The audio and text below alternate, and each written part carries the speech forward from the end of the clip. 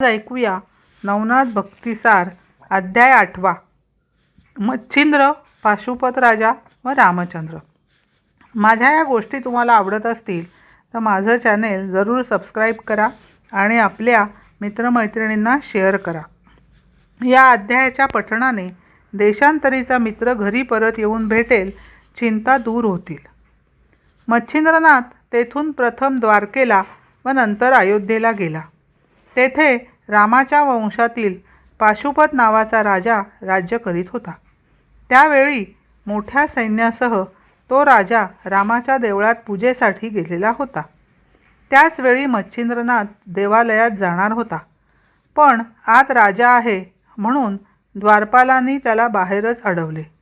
मूर्खा, कानफाट्या, मागे हट असे म्हणत त्यांनी त्याला ढकलून दिले.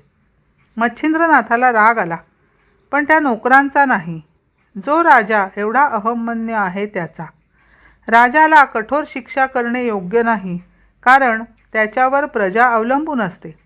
असा विचार करून मच्छिंद्राने देवापुढे राजा साष्टांग नमस्कार घालीत असताना बाहेरूनच त्यावर स्पर्शास्त्राचा प्रयोग केला.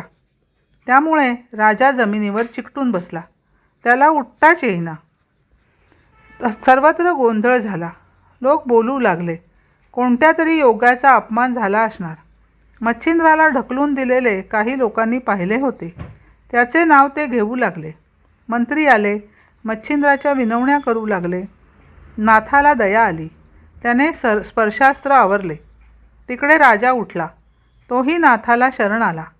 मच्छिंद्रनाथ हे नाव कळताच त्याने मोठ्या आदराने त्याला राजप्रासादात नेले व त्याचा सत्कार केला. राजाने मच्छिंद्राची चांगली सेवा केली. त्यामुळे तो राजावर प्रसन्न झाला व म्हणाला, राजा, तुझी काय इच्छा असेल ती मला सांग. राजा म्हणाला, मी ज्या प्रभू रामाच्या वंशातला आहे त्या रामाचे दर्शन घडावे अशी माझी फार इच्छा आहे. वा, उत्तम इच्छा आहे. असे म्हणून मच्छिंद्राने राजाला राजप्रासादाच्या विस्तीर्ण पटांगणात नेले. मच्छिंद्राने नंतर वाताकर्षण मंत्राचा प्रयोग प्रत्यक्ष सूर्यावर केला. त्याचा परिणाम म्हणजे सूर्य रथासह पृथ्वीकडे आकृष्ट झाला व सर्व पृथ्वी जळू लागली. जलदास्त्राचा प्रयोग करून नाथाने आग शांत केली. अरुण सूर्याच्या रथाचे घोडे व सूर्य निश्चित पडला. सृष्टीचे व्यवहार थांबले. विष्णूसह ब्रह्मा आणि शिव नाथाजवळ आले व म्हणाले, अरे, तू सूर्याला असे का खाली आणलेस? सृष्टीत केवढा अनर्थ माजला आहे ते तरी पहा. मच्छिंद्र म्हणाला, देवांनो, हा पाशुपत राजा सूर्याच्या वंशातला आहे.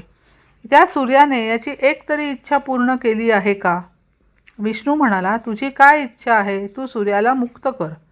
मच्छिंद्र म्हणाला, सूर्याने पाशुपत राजाला नेहमी सहाय्य केले पाहिजे.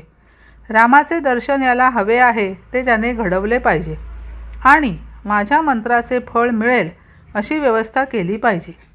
कृपा करून आधी या राजाला रामप्रभूंचे दर्शन घडवा, मगच मी सूर्याला मुक्त करीन.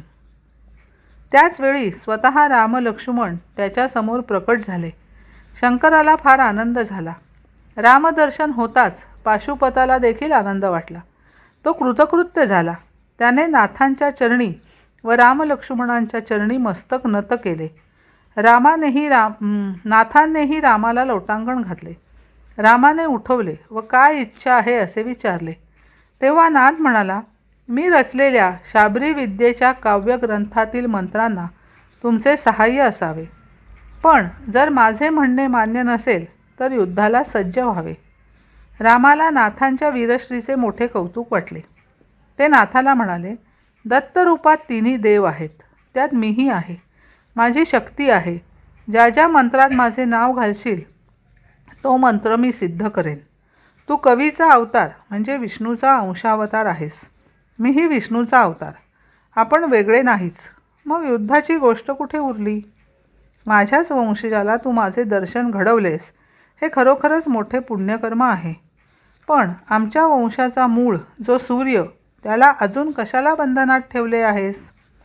नाथाने वाताकर्षण मंत्र आवरून घेतला तेव्हा सूर्य मुक्त होऊन इकडे तिकडे पाहू लागला.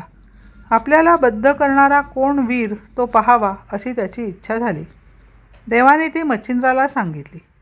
तेव्हा सूर्याच्या उष्णतेचा परिणाम होऊ नये यासाठी चंद्रास्त्र व पर्जनास्त्र याचा उपयोग करून त्याने सूर्याचे दर्शन घेतले.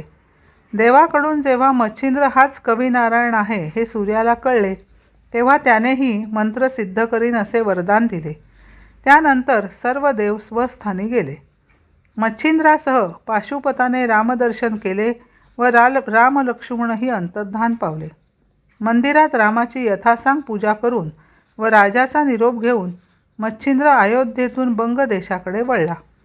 फलश्रुती: या अध्यायाच्या पठणाने देशांतरीचा मित्र घरी परत येऊन भेटेल, चिंता दूर होतील. अशा रीतीने अध्याय 8 संपन्न झाला.